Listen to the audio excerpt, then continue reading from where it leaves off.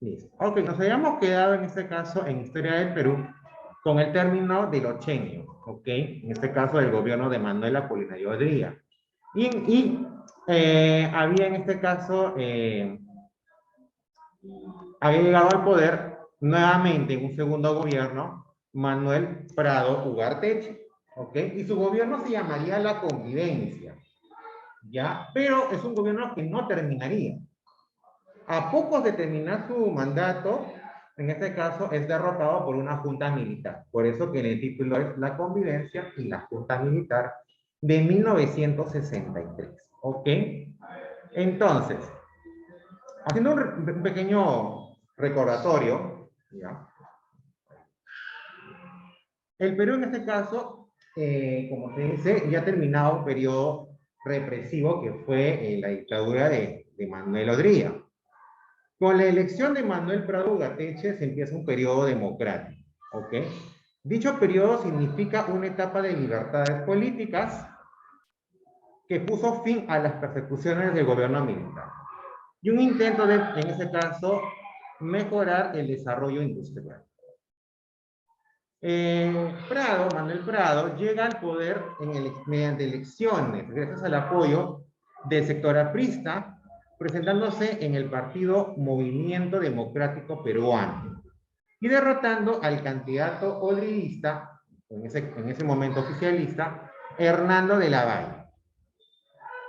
Durante su gobierno promovió un clima de respeto a las libertades democráticas, al derogar en este caso la ley de seguridad interior, decretar una amnistía y libertad de los presos políticos. Esto permite el retorno de ciertas figuras políticas que habían sido desterradas, como por ejemplo Víctor Raúl Allá de la Torre, ¿no? Cuando hemos visto el caso de que durante el ochenio él se tiene que asilar a la embajada de Colombia para que no lo aprecie y tuvo una larga convivencia en esa embajada.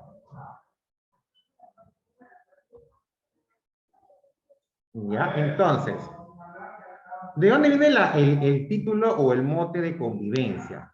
Más que todo porque es un periodo en donde, en este caso, gobierna o co-gobierna con el APRA. ¿Okay? Y aquí es donde, en este caso, nuevamente vuelve a resurgir el lema de la escopeta de los cañones que les había hablado. ¿Ok? ¿Ya? Entonces, ¿por qué? Porque en este caso el APRA tiene, hasta ese momento, mantenía un discurso antiimperialista en un inicio, perdón, y poco a poco se ha ido girando hacia el centro, ¿no? Poquito a poco se iba hacia la derecha, ¿no? Y en el caso de este gobierno, prácticamente gobierna como un tipo netamente de derecha, como ya hemos visto durante el primer gobierno de Manuel Prado Ugarteche, que favoreció al capital estadounidense. Además, este gobierno cuenta con el apoyo de lo que el sociólogo Felipe Portocarrero denominó el Imperio Prado. ¿Y qué era el Imperio Prado? Es la influencia familiar, económica y social. Es decir, la familia Prado ya no es una familia, pues, de clase media, ni tampoco es una familia de barriada. No, la familia Prado, en este caso, es una de las familias que pertenecía a la élite, o pertenece actualmente a la élite social. Recordemos que Manuel Prado Ugarteche es hijo de Mariano Ignacio Prado, que fue presidente del Perú durante la guerra, en este caso contra Chile, de la guerra del Pacífico.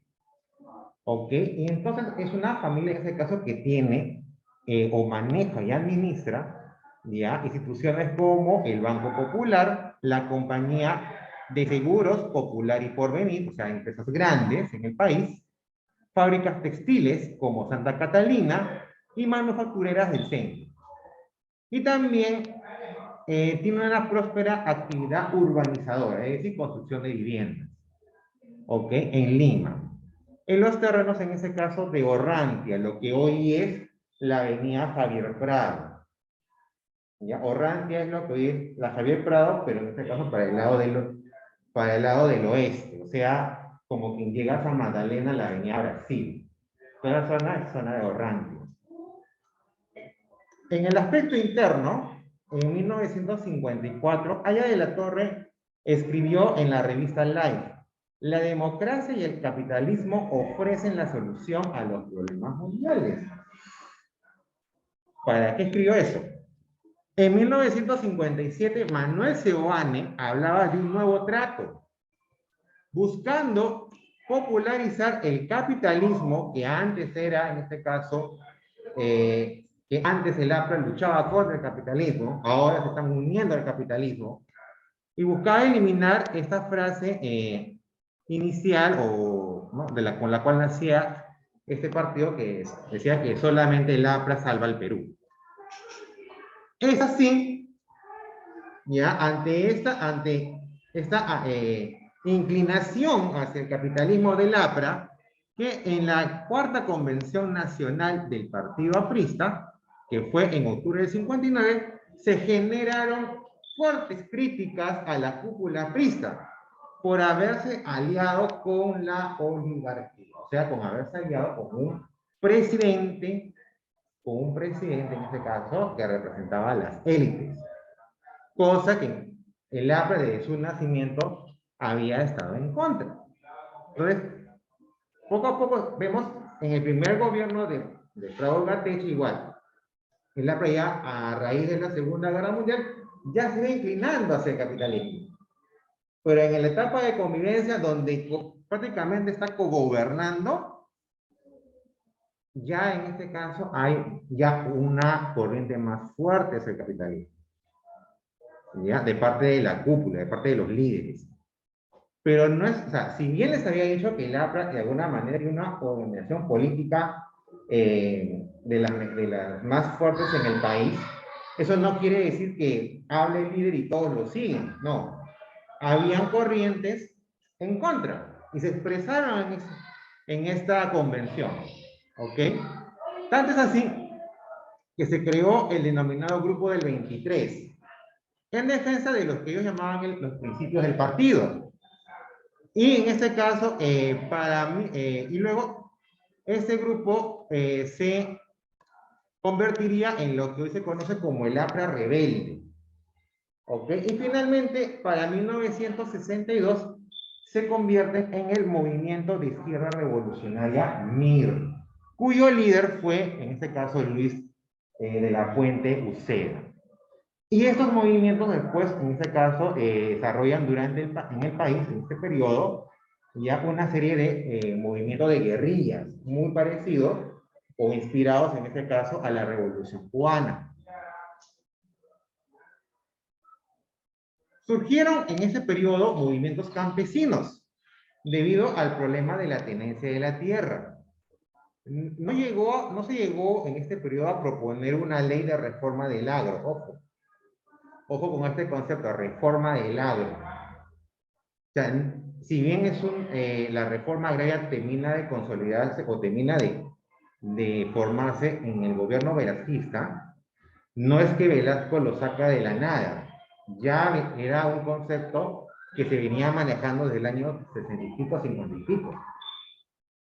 ¿Por qué? Porque había un problema, en este caso fuerte, ya, en donde en este caso los latifundistas o los dueños de las haciendas, ya, de alguna manera capitalizaban la producción de estos terrenos, pero las personas que trabajaban en el campo no recibían nada o recibían poco. Entonces se necesitaba una reforma para que estas personas que vivían de la agricultura pudieran acceder a mejores beneficios. Por eso se plantea el problema del agro. Se producen en este periodo protestas estudiantiles universitarias, tanto en la San Marcos, en la UNI, en la San Antonio Abad del Cusco, en la Universidad San Cristóbal de Huamanga en Ayacucho, organizados en la Federación de Estudiantes del Perú, en contra del régimen de la convivencia. En 1958, impidieron en este caso un discurso en la casona de San Marcos al presidente de ese entonces, Richard Milhouse Nixon, que en ese momento era vicepresidente de los Estados Unidos. Incluso este abucheo y fue todo un acontecimiento que incluso rebotó en los mismos Estados Unidos. Rebotaron este hecho que sucedió en San Marcos. El 1 de febrero, acá está por ejemplo, este es de Los Angeles Times. Aquí está, dice, ¿no? En primera plana, es algo bastante poco común, ya que un medio pueda rebotar este tipo de noticias. No, con esa carrerita, no sé si lo pueden ver, ¿no? Red God Peru Move Stone Nixon. ¿Eh? Acá está la foto de Nixon. Ay. Acá está, ¿no? Acá está Nixon, ¿ya? En San Marcos, ¿ok? Toda la gente que quería impedir en este caso que entonces vicepresidente de los Estados Unidos pudiera en este caso dar su discurso.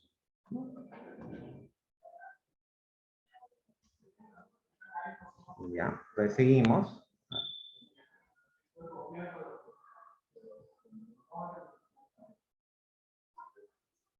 Ya, entonces el 1 de febrero,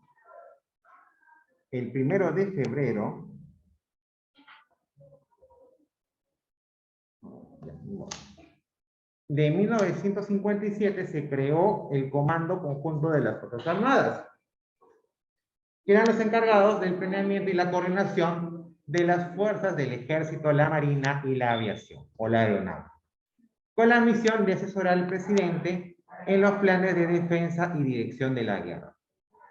En el ámbito externo, ya, en 1959 se produce el triunfo de la Revolución Cubana, lo cual en ese caso genera, ¿no?, toda una generación donde se demuestra que, con una demostración práctica de que no es cierto que el triunfo de una revolución dependa de la conducción de los partidos comunistas.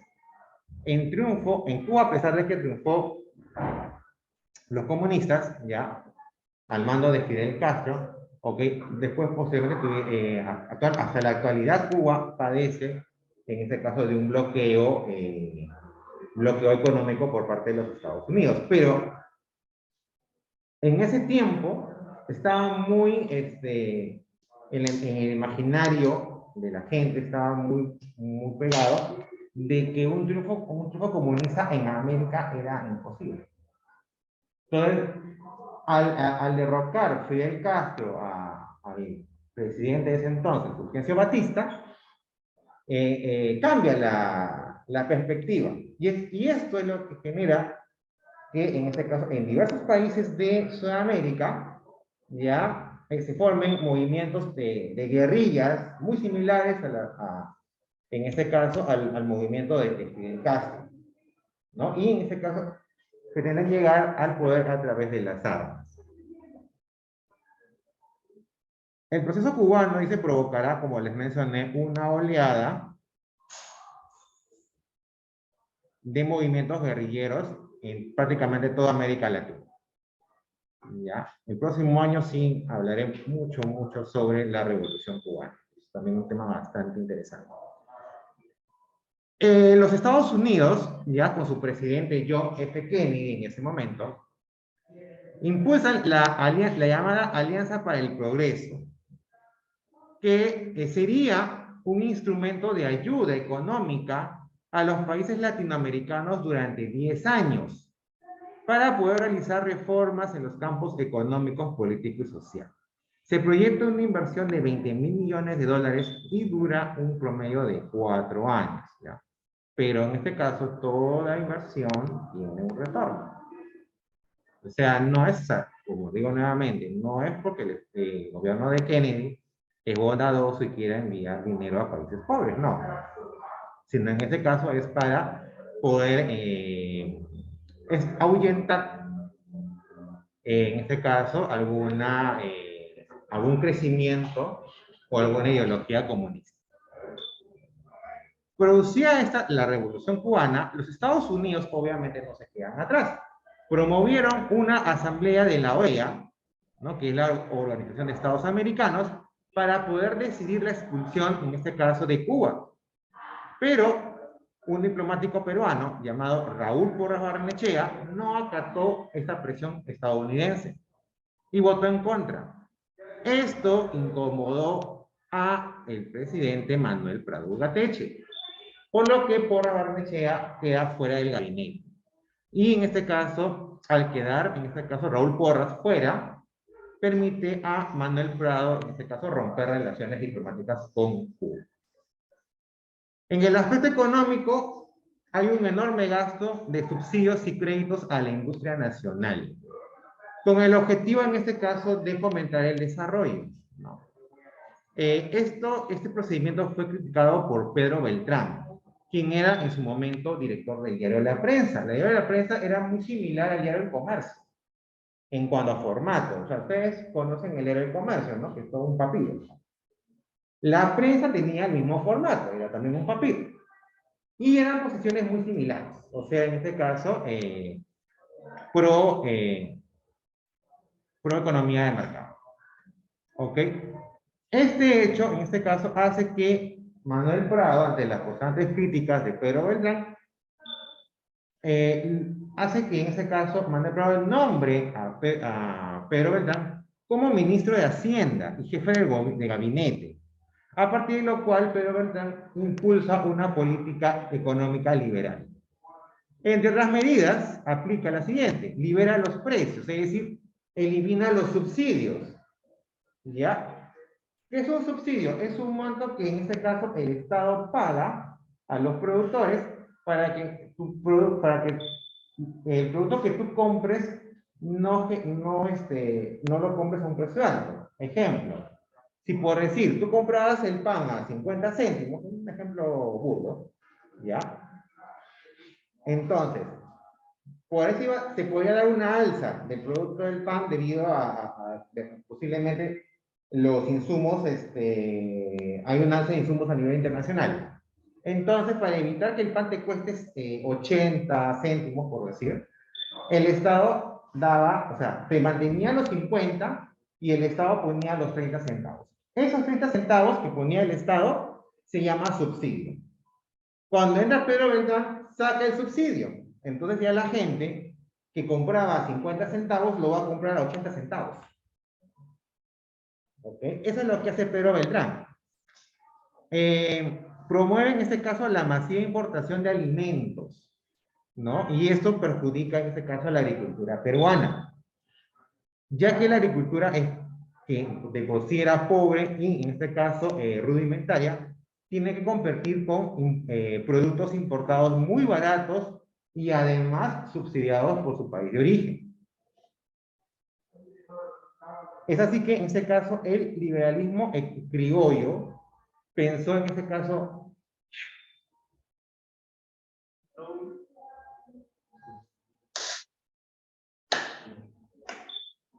ya, porfas. Ya, entonces pensó ya que de esa manera podían impulsar la modernización del agro al brindarle una libre competencia. Puso el precio de la gasolina a niveles internacionales, algo parecido a lo de ahora, ¿ya? En donde, en este caso, al no haber ningún subsidio del Estado, tú estás pagando una gasolina a un precio internacional, a un precio muy elevado. Y reduce la dirección del Estado en la política económica. ¿Esto qué trae como consecuencia? ¿Ya? Huelgas de mineros, de obreros, de empleados bancarios. Así también el APRA tiene una actuación ambigua con su central sindical, la CTP, que es la Central de Trabajadores del Perú, que de alguna manera contiene dichas huelgas, las aminoraron.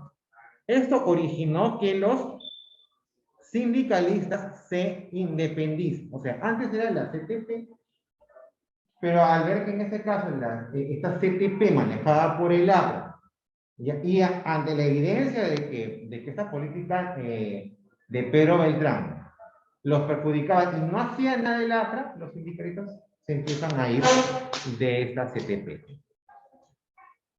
Es así que Julio Kotler, ¿no?, dice, el carácter colonial de la economía peruana es radical.